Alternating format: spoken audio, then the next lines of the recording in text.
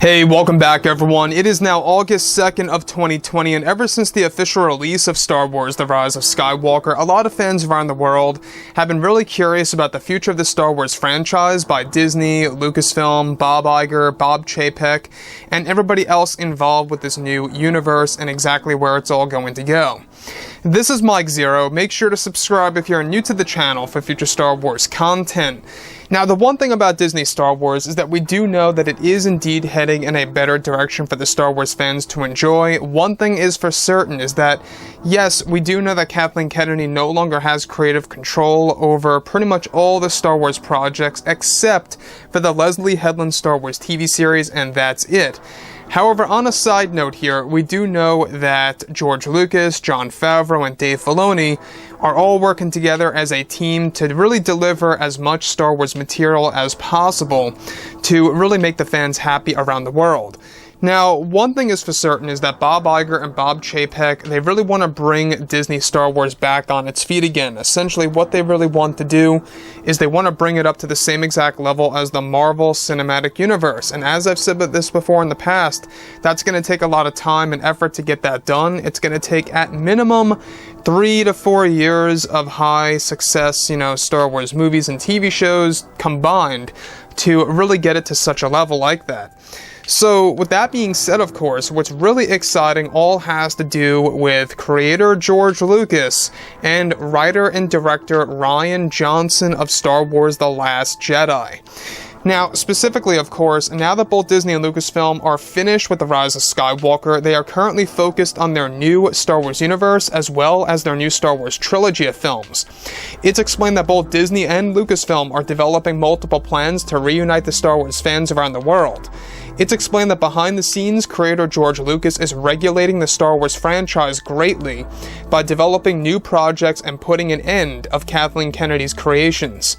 However, it's described that just recently George Lucas canceled Rian Johnson's new Star Wars universe and all of the spin-off stories that were going to be expanded in the forms of books, novels, and even comics for the fans to witness.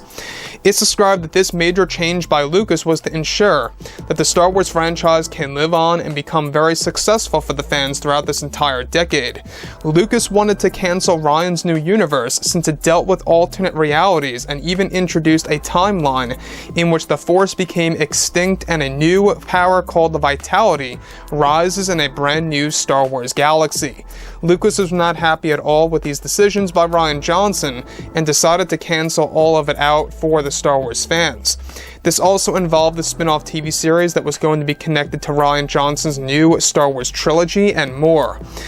So here's the thing about George Lucas is that he really just canceled out just recently all of the connections to Rian Johnson's new universe.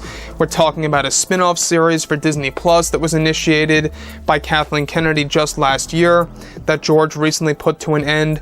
We're talking about all the books, the novels, and the comics that were going to be connected to Rian Johnson's new universe that was really going to focus on the death of the Force and the rise of the Vitality in this brand new galaxy.